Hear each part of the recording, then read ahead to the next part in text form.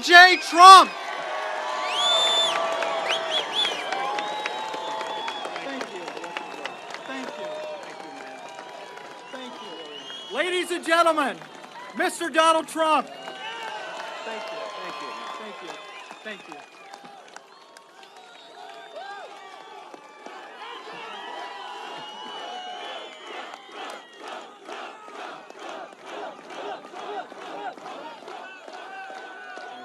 Thank you so much. Boy, oh boy, I didn't expect that. You know, Joel and the group called and they said, would you come over and speak? I'm here for a certain reason. You know, it's called Tomorrow Night. So I got here and they asked a couple of days ago, would it be possible to come over and say a few words? An endorsement from your group with so many veterans, hundreds of thousands of veterans. I really appreciate that, Joel. I did not expect it. I didn't expect it. I didn't ask for it. I will say this. I am with the veterans 100%. They're our greatest people. They're being treated terribly. Not only the number of deaths, which are obviously that's tantamount, that's what's going on is incredible. But as of 2 weeks ago on Wednesday, the vets had the longest wait in the history of the Veterans Administration. You go in and see a doctor, you wait for days, and it's not going to happen. Not going to happen. If I win, believe me, it's not going to happen. And one of the things I thought I'd do, and I'd stress so strongly, the veterans hospitals, obviously, they have problems. They're not properly run. And when you have to wait long hours and long days, and then in some cases have the doctor say, I'm sorry, I'm going on vacation, believe me, it doesn't get much worse than that. So we're going to create a whole new system. We're going to take this system apart. And if they're not doing the job, the veterans are going to go to private doctors, private hospitals, public hospitals. And we're going to reimburse those doctors and those hospitals. And you're going to get the greatest service of any veterans in any country because you deserve it. And that's going to be broken down into something that's going to be very special. Right now, and you know it, we have illegal immigrants that are treated better by far than our veterans. It's not going to happen anymore. It's not going to happen. So, Joel, I just really appreciate it. So unexpected. To be here is an honor. They don't build ships like this anymore, folks, you know? We don't do them this way anymore. I actually said, what about recommissioning? Look at this thing. The largest guns in the world, most powerful guns. I learned a lot about the Iowa. By the way, Iowa is a great place for a lot of reasons. You know?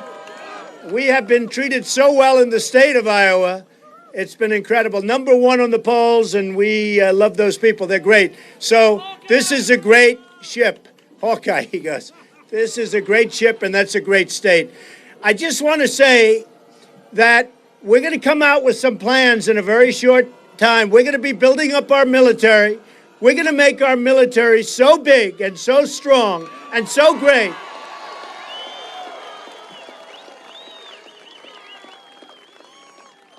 And it will be so powerful that I don't think we're ever going to have to use it. Nobody's going to mess with us. That I can tell you. And we're going to have a president who's respected by Putin, who's respected by Iran. You know, let's talk about, for 2 seconds, let's talk about the Iran deal. Now, Obama and his people call him the supreme leader of Iran. Obama talks about the supreme leader. Well, I'm not calling him a supreme leader. But he said the other day that after this rip-off deal is completed, he will never do business with the United States again. We're finished with the United States. They're taking $150 billion. They're getting a deal that's it's going to go right into nuclear weapons much sooner than you think. They're going to self-police. Think of that one. They are going to go and self-police. They got they have 24-day provisions. And by the way, what people don't understand, the 24-day provision doesn't start. You know this, right? It doesn't start for a long time before you get to it.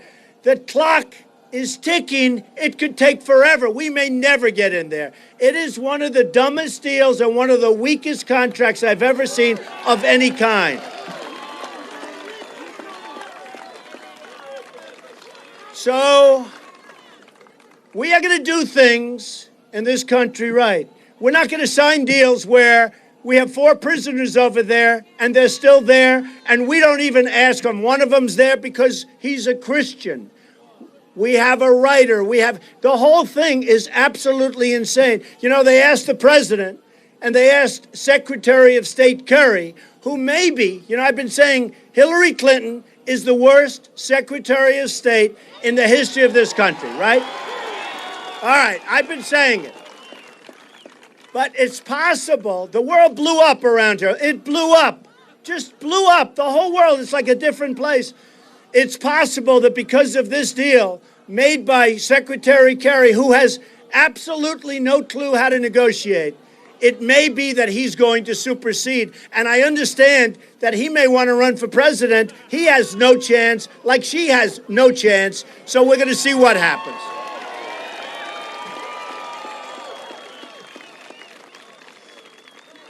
We have many problems in our country. One of them is immigration. Now, I took a tremendous hit when I brought up illegal immigration when I announced I was running for president.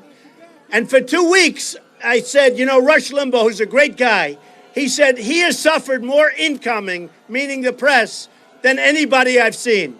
So what happened is you have now found out what illegal immigration is all about. And I am so happy that I'm the one that brought it to the fore, because believe me, it's a big problem. It is a big problem. So you remember, for about 2 weeks, I said, boy, this is tougher than I thought running for president. And then you found out there's tremendous crime.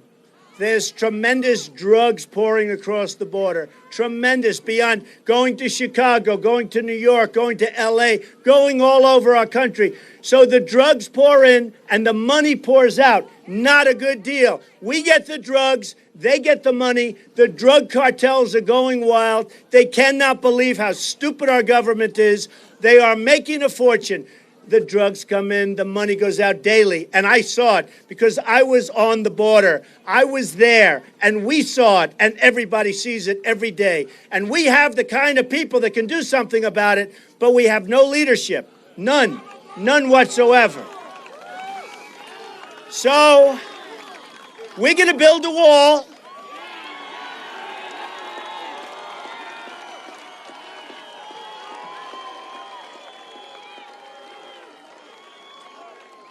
And Mexico's going to pay for the wall. Believe me. A lot of politicians have said, oh, they're not going to pay. He must be. They don't know anything about it. They never read the art of the deal, first of all. So here's the story. I said the other day to one of my people, what is the United States trade deficit with Mexico, Japan, and China? So let's start with China. Almost $400 billion a year. Now, if you have a company where you're losing $400 billion, you got to do something very fast. We don't. We've been losing hundreds of billions of dollars a year, frankly, for decades. Not going to happen anymore. Not going to happen anymore. With Japan, where their massive ships float right here, and they drop off the cars, right? They drop off thousands and thousands and thousands of cars, millions of cars, and we sell them beef. We sell them beef, and they don't want it because their farmers don't want our beef. They protest and they send it back, all right? It's not going to happen that way anymore. Now, with Mexico, and I love Mexico. I have many people from Mexico that work with me and they work for me and they buy my apartments. Same with China. I have so many people. They pay me millions and millions. What, am I supposed to hate China because they gave me millions of dollars to buy an apartment? I don't think so. I have the largest bank in the world as a tenant. It's from China. Bigger than any bank in this country by many times. They're from China. The problem we have is that the leaders of Mexico, Japan, China, and every other country that we do business with, they're smarter, more cunning, sharper than our leaders. I love free trade. The concept is great, but you need smart people. I have the smartest people in this country lined up. I know the smartest. I have Carl Icahn. I have the best business leaders, and they all want to do it. They're wealthy because they make good deals. Like me, I make good deals. You know, it's a talent. It's a talent. You can't be a politician. Look, I'm fighting some very nice people. Very nice, even though I'm leading in the polls. But they're very nice people.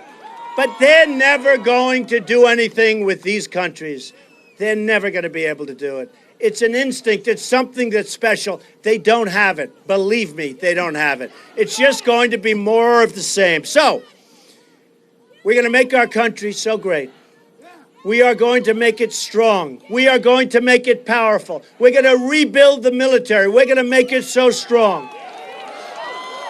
We are going to take care of our veterans.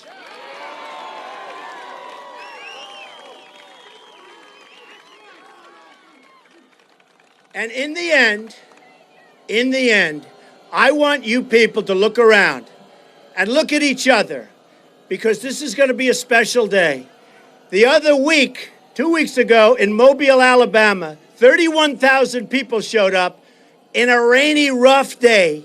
31,000 people came to see us speak, and we're talking about making America great again. Last night in Dallas, at the American Airlines Center, 20,000 people, the basketball arena of the Mavericks.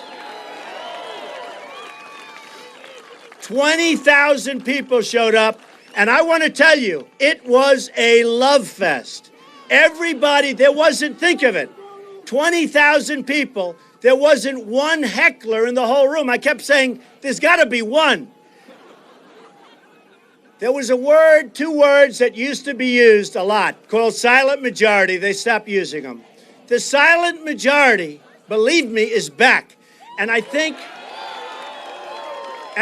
we can use it somewhat differently. I don't think we have to call it a silent majority anymore, because they're not silent. People are not silent. They're disgusted with our incompetent politicians. They're disgusted with the people that are giving our country away. They're disgusted when they tell the Border Patrol agents, who are good people and can do the job. They're disgusted when they're allowed to, people just walk right in front of them and they're standing there helpless and people just pour into the country. They're disgusted when a woman who's 9 months pregnant walks across the border, has a baby, and you have to take care of that baby for the next 85 years.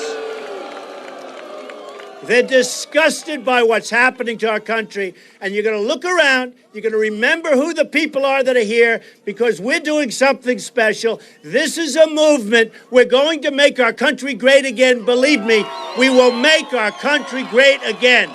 I love you all. Thank you very much. I love you. Thank you. Thank you.